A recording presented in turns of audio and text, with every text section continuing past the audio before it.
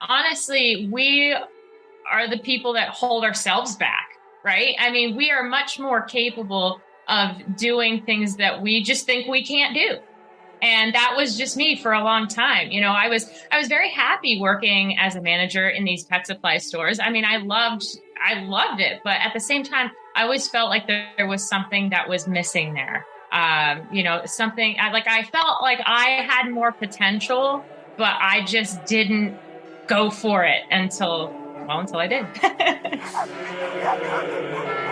Hello, I'm Megan, I'm Colin, and this is Pet Sitter Confessional, an open and honest discussion about life as a pet sitter. brought to you by Time to Pet. What does it mean to be a local business, and how do we maintain that feel even as we grow and expand and add staff and service new areas? Laura Breakstone, owner of Paramount Pet Care, joins the show today to share how she grew her business while keeping warm relationships and focusing on trust with all of her clients.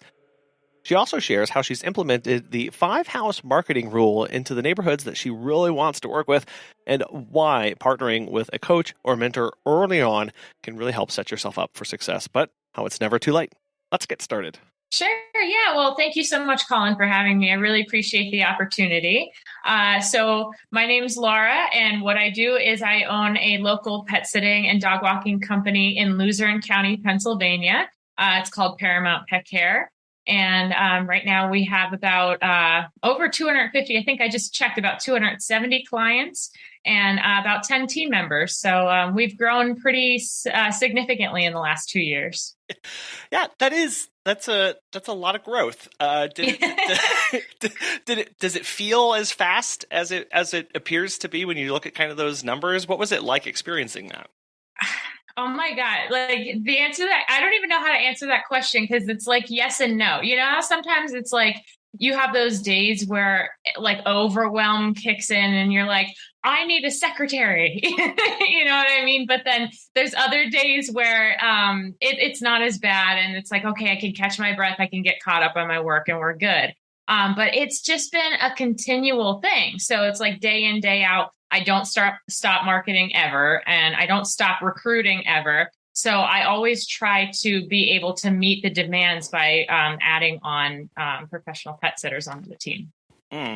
Now, you said you've been in business for about 2 years. What happened 2 years ago that made you go, oh, I want to give this a try? So I was working in a local mom and pop pet store. I was a manager there, and in a small little town called Mountaintop, Pennsylvania. And specifically that town, it's one of those places where everyone knows everybody, and they were the only pet store on the mountain, so to speak. So, it's just a small little community. And I had been pet sitting since I was about 16, just kind of like under the table for friends and family. And then when I was working there as a manager, I got to know the clientele on such a very personal level that, because, you see the same people in and out all day long. And then I told them, oh, I do pet sitting on the side. And they instantly were like, oh, this is great. So I would have my full-time job doing that and then do my pet sitting jobs part-time on top of it. So that's kind of like how I ended up switching gears, because I had this, place where I can just completely market to, clients right then and there on the spot, which is really cool. And then, I really found a love of business through working for a local pet company pet store, because I used to work for a little bit larger, like a chain retailer. And you don't really get the warmth to it, or you don't really get like the business aspect of it. It's all like a corporate thing, which, I mean, I loved my time there too. That was really cool. I made a lot of friends, but this really gave me that love of business. Yeah. And I saw the potential for growth.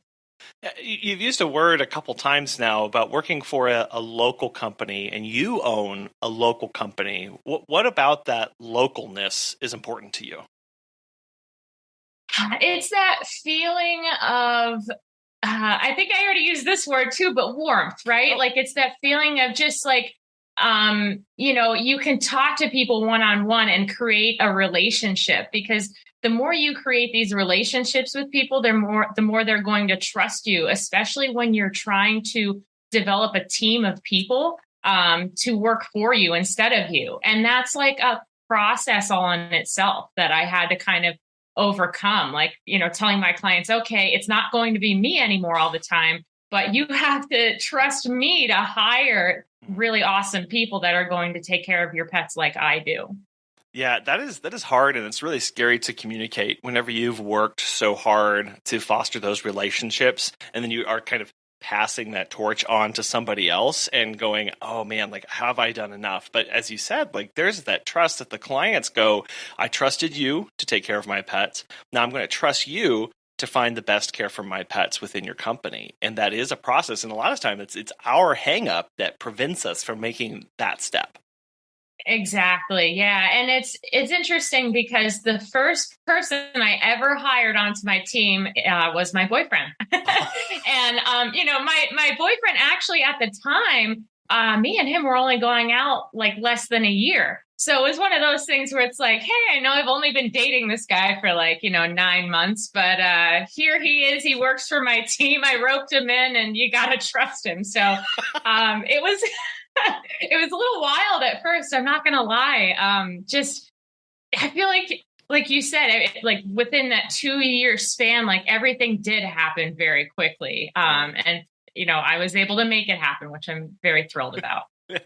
And you mentioned while you were at that local pet supply company, you developed a love of business. That's a phrase that I don't think many people have. Usually we have animosity towards running our business. We have fear of the administration, and we have these kind of things.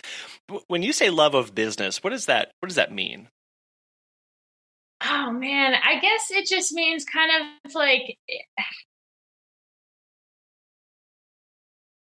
you develop those relationships with the people around you, the people coming in and out of your store. And then you kind of get to see how things operate on the back end of a business too. So when I was working there, I was doing a lot of ordering from our suppliers. So I got to kind of do things like that. And I don't know, it got to the point where I was like, oh, I could see myself running a business. I felt like, it was me and these 2 other girls. We were the 3 managers there, and we really ran that place. I mean, the owners were there obviously, but at that, there was a certain point where there was a switch in ownership, and the owners that originally hired me, they're looking to retire. So at that point, they kind of had like a foot out the door, so to speak, even though they were present and there. But they really relied on the 3 of us to just operate this business day in and day out. And that was really cool to me to be able to be a part of that.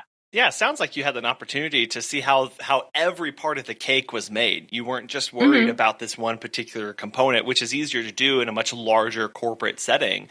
But you really got to see and experience what a small business is, how it runs, the front end, the back end, and everything in between. And really sounds like you loved that process and kind of everything involved in it. Yeah. And, I didn't really get to experience all of it. Like, I wasn't the one running payroll or anything like that. Like, those are all things I kind of had to figure out as I got into my own business.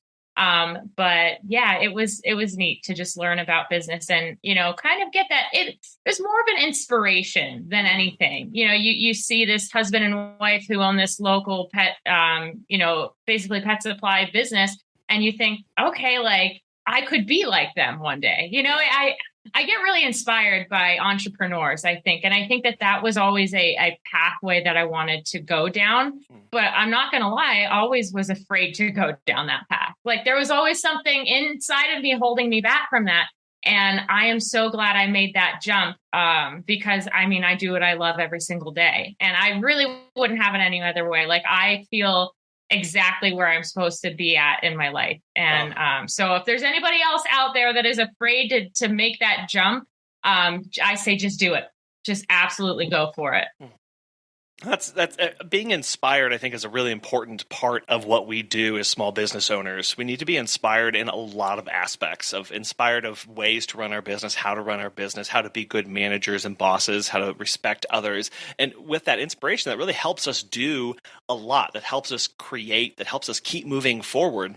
Really do need to find exactly what inspires us in our business, whether that's reading or that's sitting down with somebody or having a business that's local to you that does inspire you, whether they're in pet care or not. It could just be, recently I became really inspired by a local tow truck company because I got to talk with the owner while our car was being towed for an hour and a half. And he was just one of the most inspiring people that I've gotten to talk to. And my gosh. So that was fun. But I think that is really important to help keep us engaged and active in our business.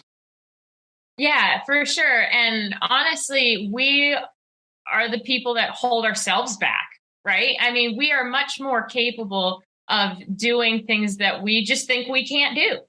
And that was just me for a long time. I was very happy working as a manager in these pet supply stores. I mean, I loved it, but at the same time, I always felt like there was something that was missing there. Something I felt like I had more potential, but I just didn't go for it until I did. That's really, really good. I'm glad you made that jump. And then, like we've mentioned a couple times, within 2 years, you've really grown a lot. Why do you think that is?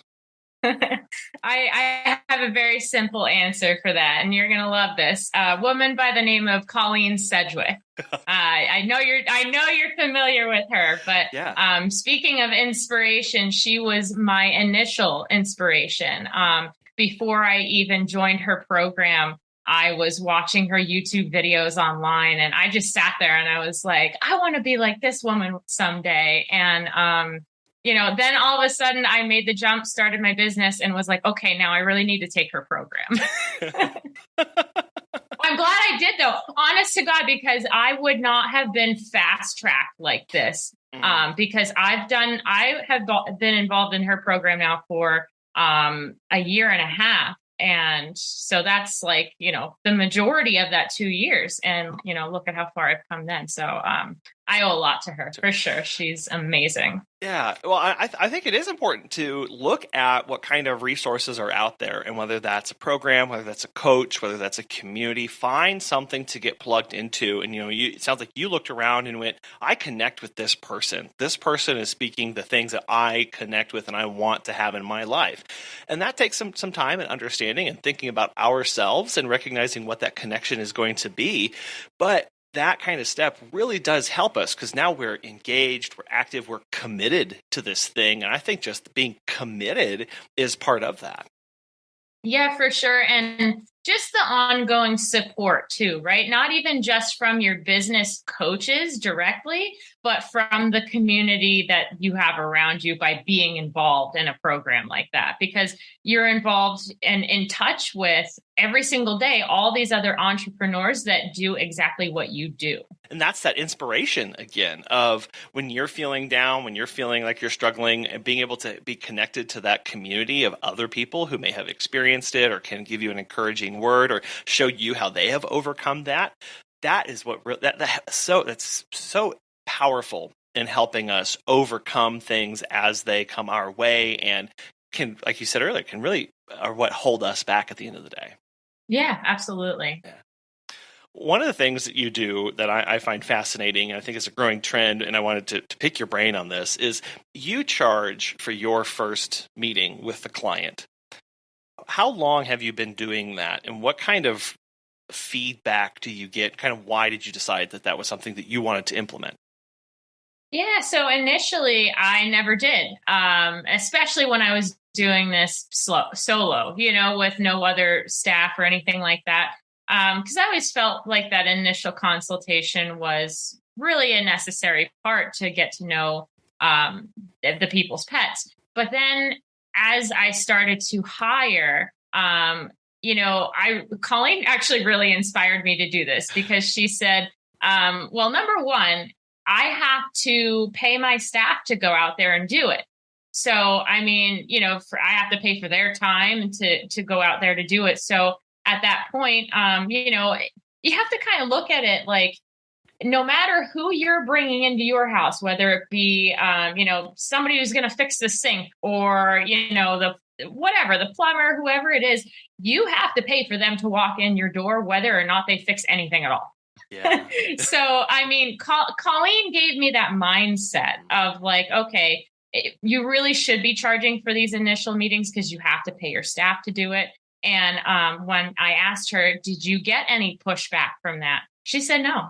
And you know what? I really have not gotten pushback from that. And if anybody ever questions me on it, I simply tell them what I just told you. Like I have to pay my staff to come out to you. So I do charge for that initial meeting. Yeah. And everybody has been okay with that.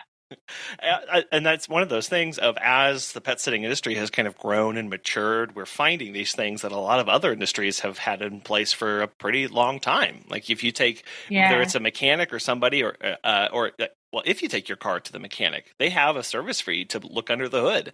And a lot of times they'll either apply it to the fix or whatever. Sometimes they don't. It's on top of that. But people are used to paying for people to come to their home and do things for them or not. Like that is a part of our society and culture. And so I think it is interesting how we kind of hold ourselves back from that. And whether we have staff or not, I think it is important to put that in place because it does a lot of things. It pays ourselves, right? Because that was gas that was out of our pocket if we're the ones doing it. It also is kind of another commitment. We're always looking for better committed clients in our lives and in our business. And so we need to think through what are things we can put in place that kind of help people get on board a lot faster. So have you found a difference in clients since you've started doing this? I mean, I don't know. I don't know that I've noticed an actual difference. I'm sorry, I don't have a really great answer for that. I don't know that I've noticed a difference, to be honest with you.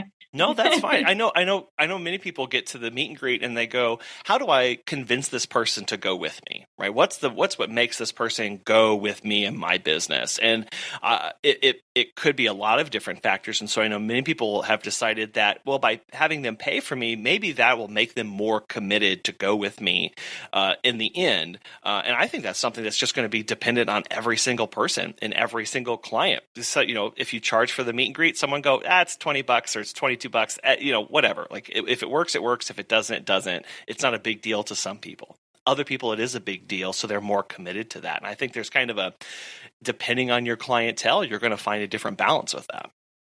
Yeah, that's very true. And I mean, you bring up a valid point there where any potential client could get their freebie meet and greet, have you come over the house and then just go, nah, sorry, and then just not book with you at all. And now your time has been wasted and your gas getting there has been wasted. So that's definitely another, and that's huge these days, right? Like we sit here and laugh about it, but like it actually is a pretty big deal these days. I mean, it has been going down, thank God. But, when gas was up near $5 a gallon, that was getting scary. And also it was like, you think about the staff too, my staff, oh my gosh, like, I really have to kind of keep them in a tight little radius there near their homes, or else they're not going to be making a fair wage.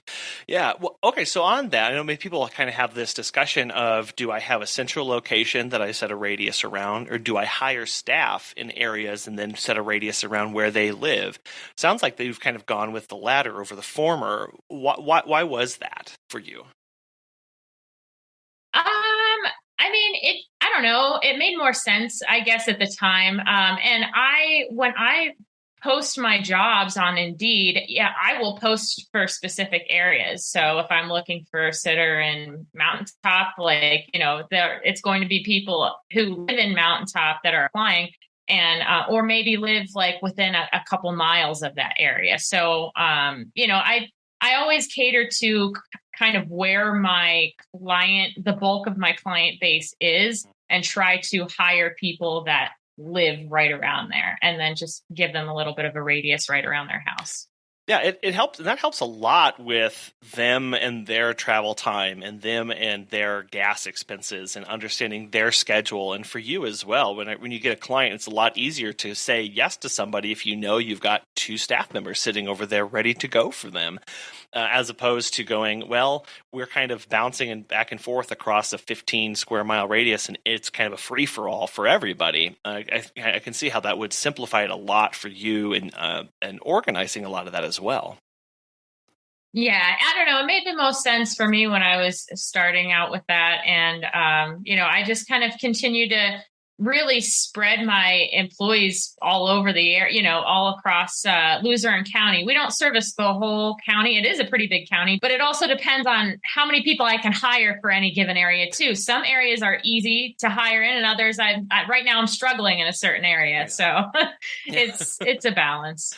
All right, well, so break down your county there. What are some of the demographics, populations that you're dealing with, and kind of the receptiveness that you get to the pet sitting needs? So one of the unique things about my business, and actually why I named my business Paramount Pet Care, is because the M in the Mount is capitalized, and there are two specific towns. One would be Mountaintop, and the other one being the Back Mountain. So we actually kind of cater toward those two areas, and the demographics of those areas are, pretty much like your anywhere from middle class to upper class families that would be looking for pet care, whether it be while they travel on vacation or working throughout the day. So those two areas kind of just matched what I wanted my client base to look like. And specifically the pet store I was working at was in Mountaintop. So that's kind of where I got my start. But then I thought, oh my gosh, there's all these people in the Back Mountain area. So I was like, okay, Paramount. It took me like 6 months to come up with that name, and I thought it was clever. It might not be clever. I really like it. It's really good. Have you heard of Time to Pet? Claire from Acton Critter Sitters has this to say. Time to Pet has honestly revolutionized how we do business. My sitters can work much more independently because they have ongoing access to customer and pet information without relying on me. I save hours upon hours of administrative time on billing, processing payments, and generating paychecks. If you are looking for new pet sitting software, give Time to Pet a try. Listeners of our show can save 50% off your first 3 months by visiting timetopet.com/confessional. You mentioned how you kind of never stop marketing. Maybe break down what your marketing machine looks like and kind of what a typical ad or process is for you. Well, I would say the bulk of our marketing definitely is social media. We post, and I say we because my boyfriend's very much involved in my business. He actually helps me manage it. And we're kind of actually working him into a position where he's pretty much going to be a full-time manager. Right now he manages part-time, and he takes over all of my social media accounts for the business, which is great. Yeah. And then he does pet sitting part-time as well. So he will make sure that he schedules out posts on Facebook and Instagram, and we do TikTok. We're involved with that too. So he'll make the cute little videos for that. So that's a very big part of our marketing, specifically Facebook. We have a lot of followers on there. But what else we do to reach out to people is we do this 5-house marketing rule, which is, I don't know if that's something you've ever heard of, but that was something I was taught. And basically how this works is when you go and you service, pick any client, right? You take the 3 houses that are across the street from them, and then the 2 on either side of them, and you send out a postcard to those 5 families and say, hey, we just watched your neighbor Fluffy, and they'll probably know who Fluffy is because that's, they live right there. And it basically, like, if you ever want pet care, call us up. It's basically just like a direct mail marketing ad. And it has worked. I actually just got a phone call the other day from somebody saying, oh, well, we found your price sheet in a vet office, but also we got your card in the mail too. And hey, that's a sign. Like, we definitely need to go with you. And I was like, is it a sign or is it good marketing tactics? Yeah. Props to the marketing tactics. That's what we say. Why not both? For sure, for sure. But yes, we also do work with, we partner up with different vet offices, groomers, pet stores, and, we'll bring them cookies or treats or whatever every month. And we'll give them our brochures. Like we have pricing brochures, we give them business cards. So that's another thing that my boyfriend is in charge of, is going to all these locations in these different areas and giving them our information so that they can hand out to their clients. That's good. I'm glad he made it through the 90-day review process with you. But what I love about that 5-house marketing rule is that many people are interested in direct mailing and direct flyers, but it can be really overwhelming to go, what on earth, where do I start? How do I, and a lot of us just try and find the wealthy neighborhoods and get their addresses and stuff. But I think one of the reasons why that kind of rule works is it is a very real connection directly to them. Like that, Absolutely. They immediately go, oh, I know those people, or I see those people, and that makes sense. Okay, that it's an immediate familiarity that you have with them. It's not just some, hi, here's me, you don't know me from Adam, let me walk your dog. It's, we are serving this person, and it's kind of challenging them to go and social proof you with their neighbor, right? It's a great way to start a conversation of, are these people really doing this? And they're going to go, yeah, they are, and they're amazing, and Paramount's the best, and all this stuff, and you definitely need to call them for your dog. Like, it kind of puts them into that mode of having a conversation where maybe they wouldn't have had before. For sure. And I mean, that all goes back to what we were kind of talking about before with the personal connection, how I made those personal connections with the people who are coming into the pet supply store, and then they automatically trusted me to watch their pets. Now we're kind of putting that into marketing where, we have vet offices referring us out. So it's like, hey, if the vet office, like if your vet said, hey, you should probably go with this person for your pet sitting needs, you're probably going to listen to your vet, and same thing with the 5-house marketing. Like, hey, we're watching your neighbor's dog. And it's like, oh, well, I love my neighbor. Like, they're cool people. Like, if they use, if it's good enough for them, it's good enough for me. So we even try to just make it personal, no matter how we're marketing, it's proven to be very effective.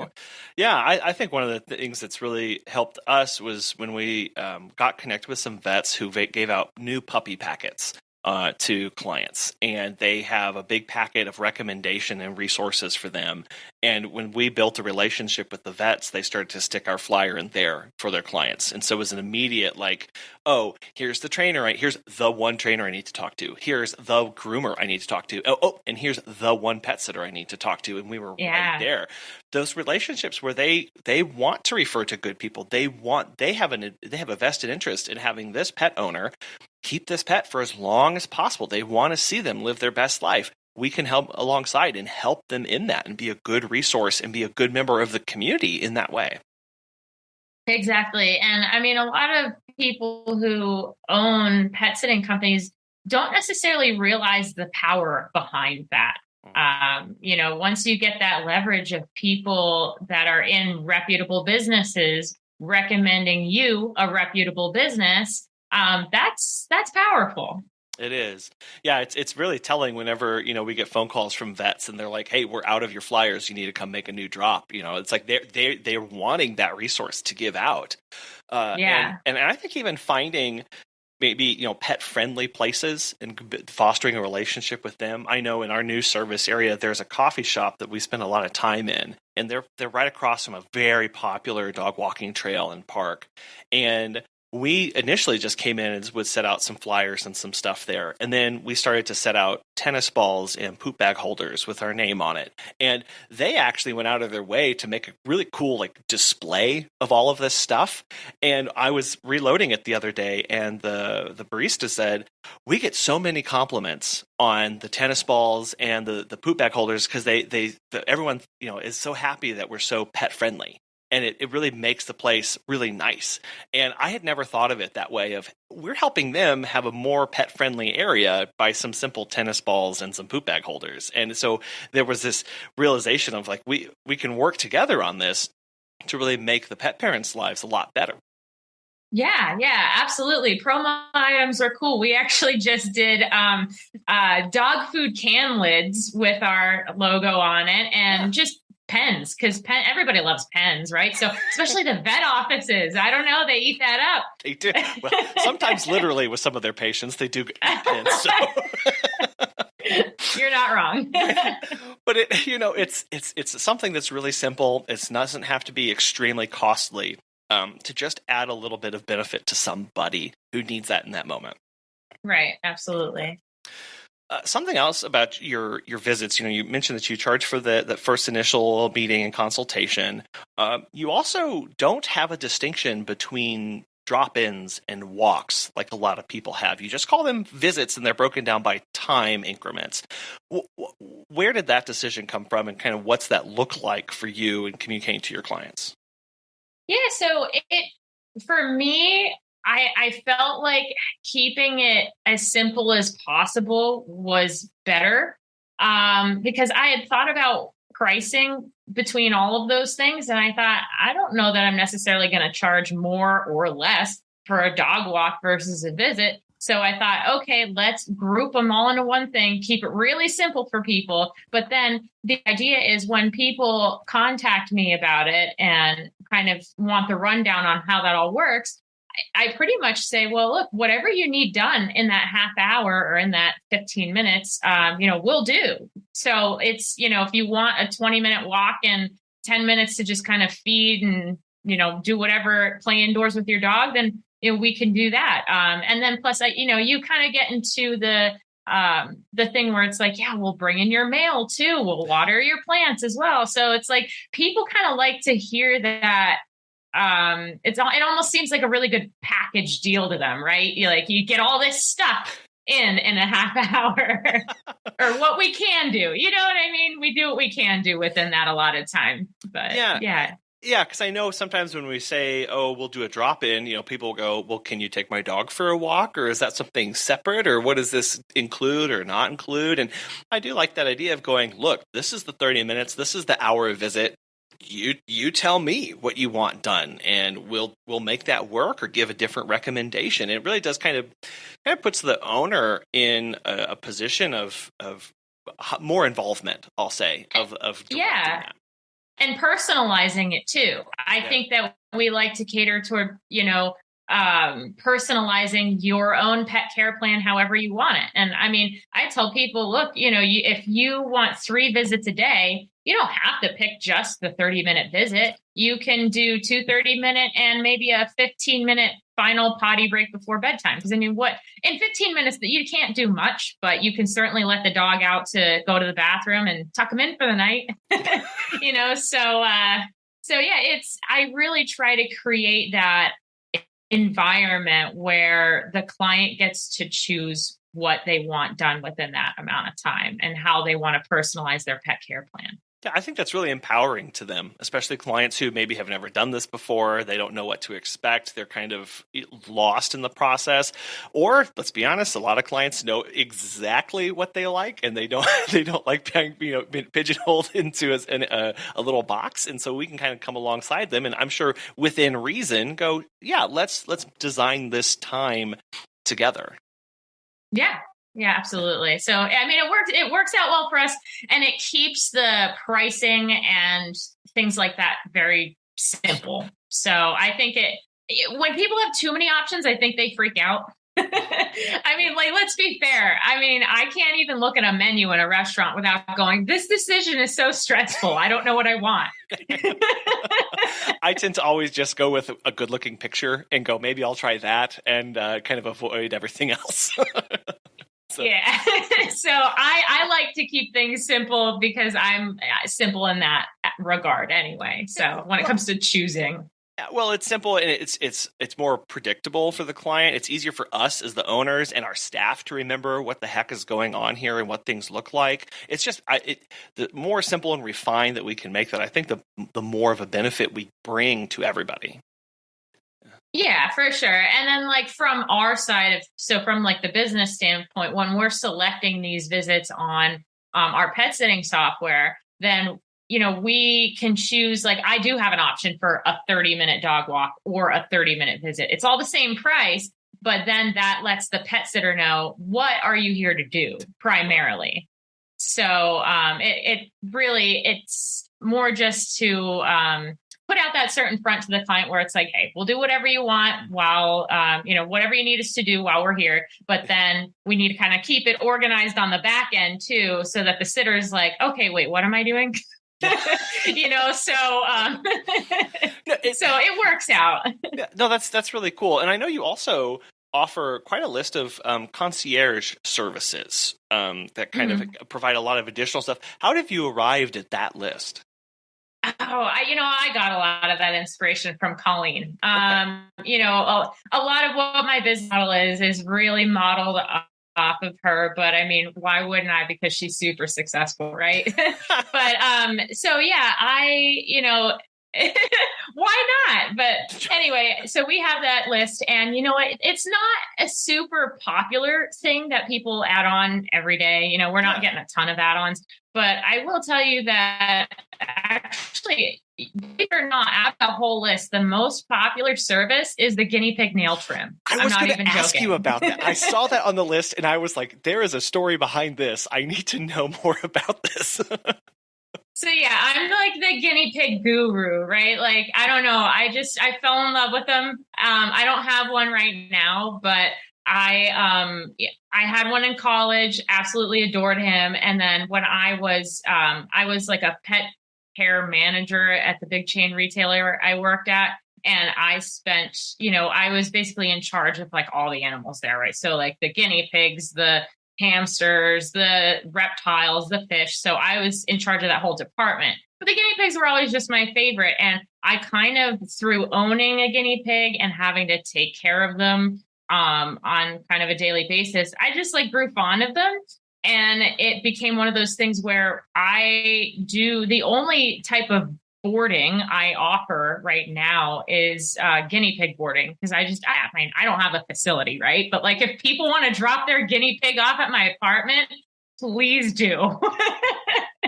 So then while they're there, I'm like, oh, their nails are looking a little long. Why don't I trim them for you? So then that's how that add-on service came to be. But then people will call me up and have me go to their house to trim the nails too. So that's been quite the experience, but I love it. Oh, that's super cool. I love how just excruciatingly specific that is in care and needs for clients. It's something that I genuinely had no idea was a problem that needed to be solved for pet parents.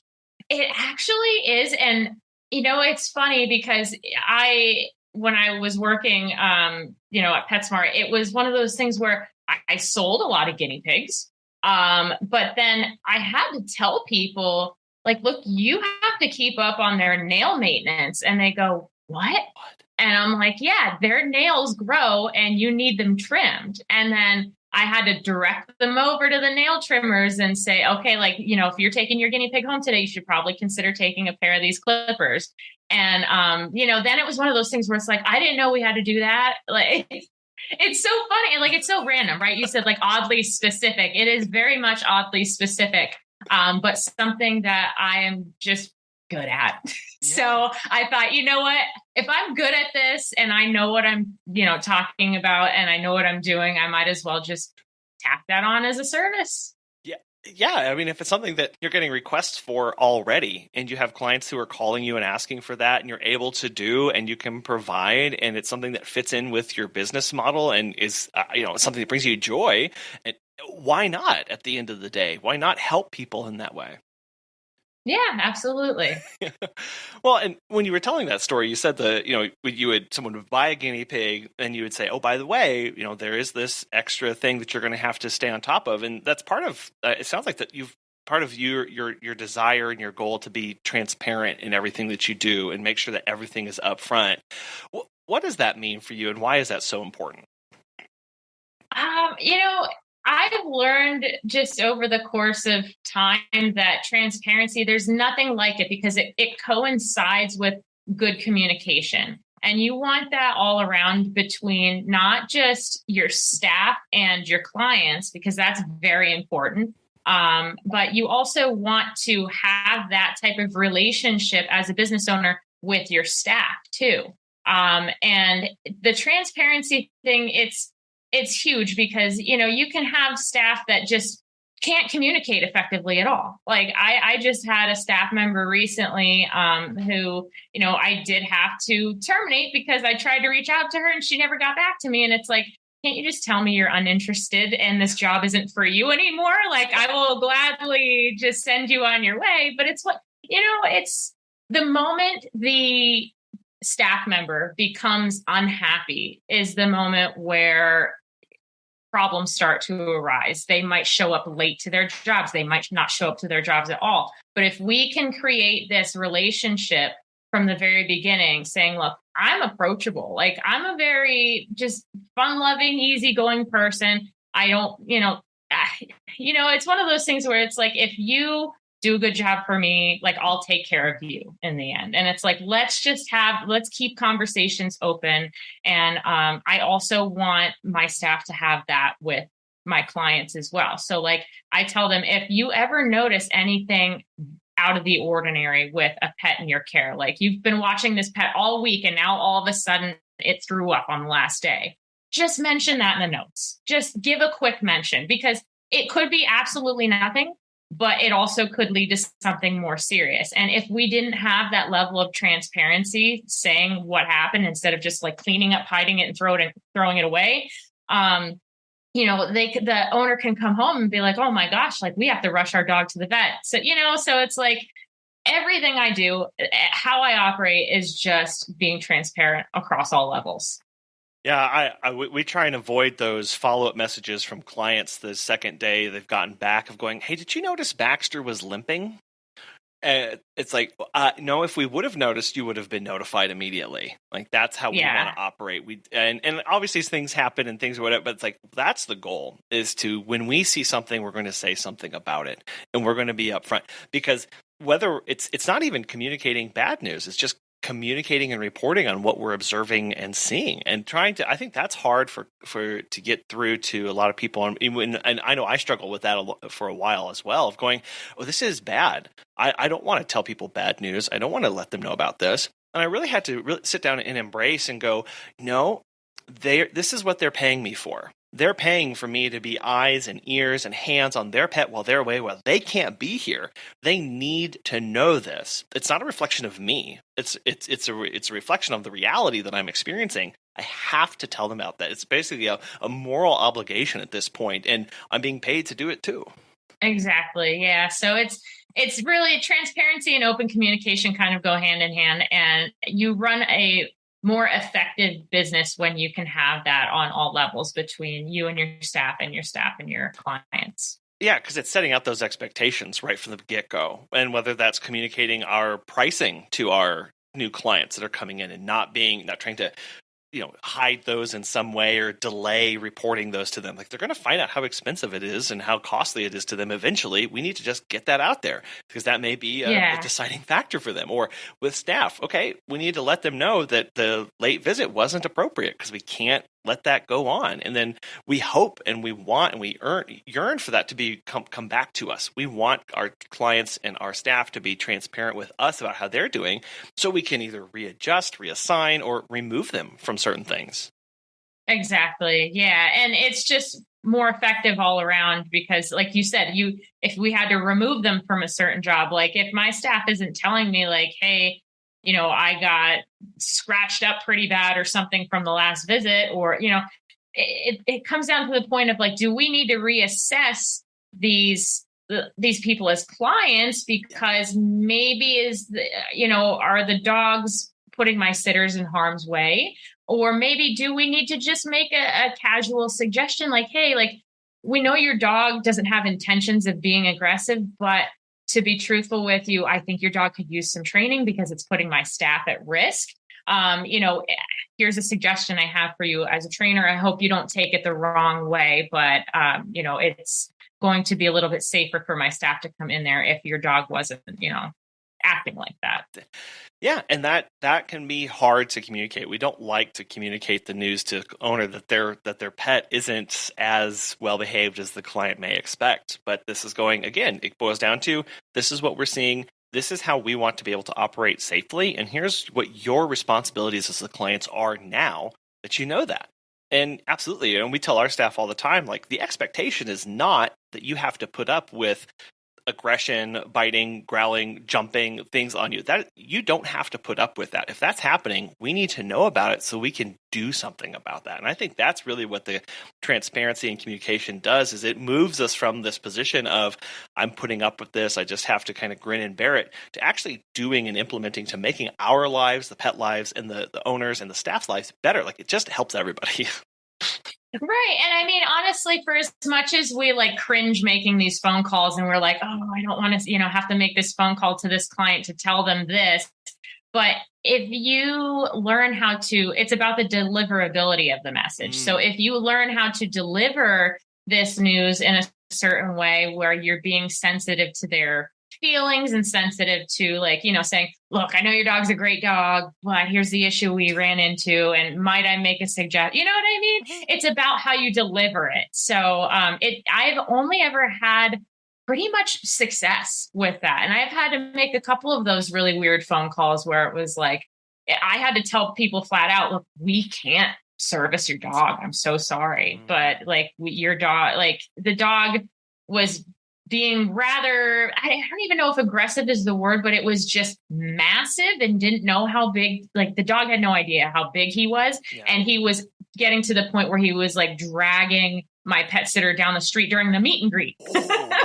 So yeah. And among other things, jumping and scratching. And I was like, I can't send my pet sitter in there. And I had to tell the client that. And, the client actually totally understood. It was a brand new client. And he said, look, honestly, we're trying to rehome this dog anyway. And I was I was like, okay. Yeah. And then, so you know what though? Then it ended up becoming one of those things where I helped him find a home because of my whatever you want to call it, fan base, right? That sounds stupid, but followers. Yeah. That sounds really dumb. I'm so sorry.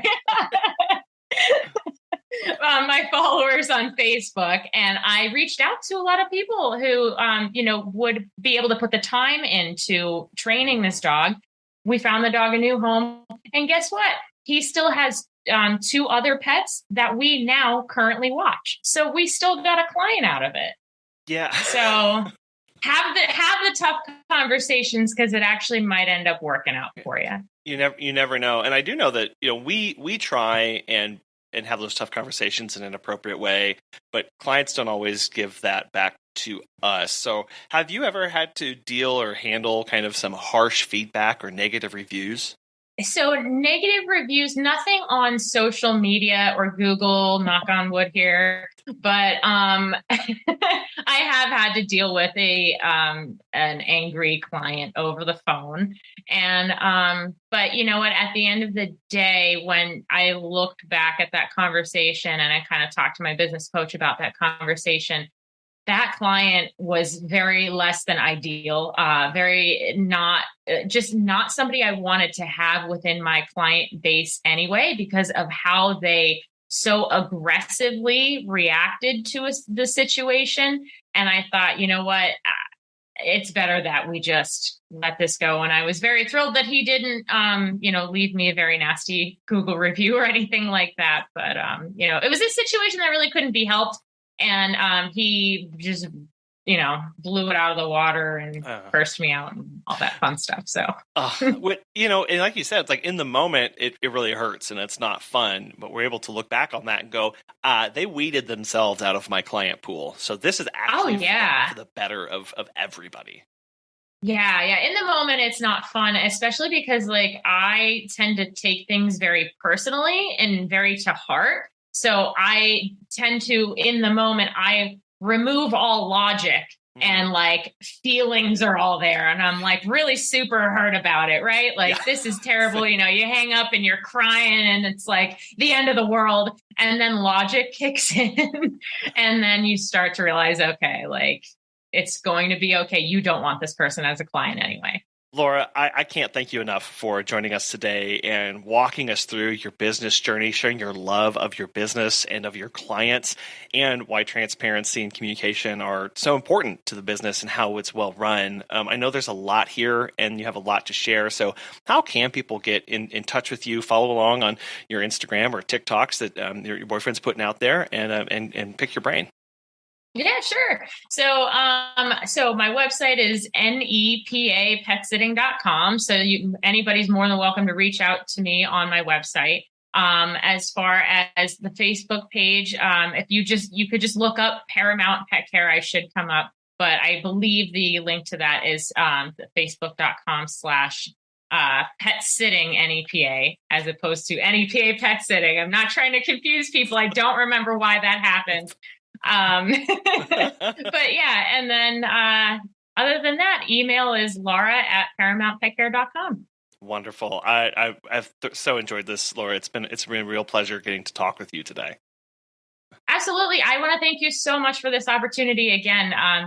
It's been awesome. And, I look forward to, maybe even doing more in the future. It'd be great to connect up again. As business owners, we are always looking for that trifecta of things that we enjoy doing, things that there is a need for, and things that we can be compensated for. When we find those things that are bound together, we are able to flourish and are better able to meet the needs of our clients. When Laura talked about how she has become the guinea pig guru in her community, it really got me thinking about, what are we gurus of?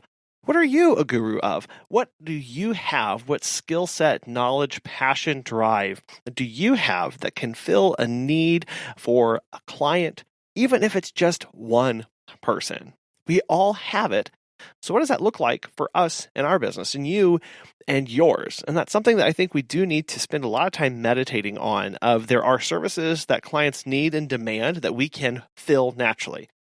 But what is actually lighting our fire? What is inspiring us to keep going every single day and to strive to be better? That is something that we can spend more time thinking on. We want to thank today's sponsors, Time to Pet, and thank you so much for listening. We know we're going into a really busy time of the year, and we just can't thank you enough for how much you support and encourage us as well. So we hope you have a wonderful rest of your weekend. We'll be back again soon.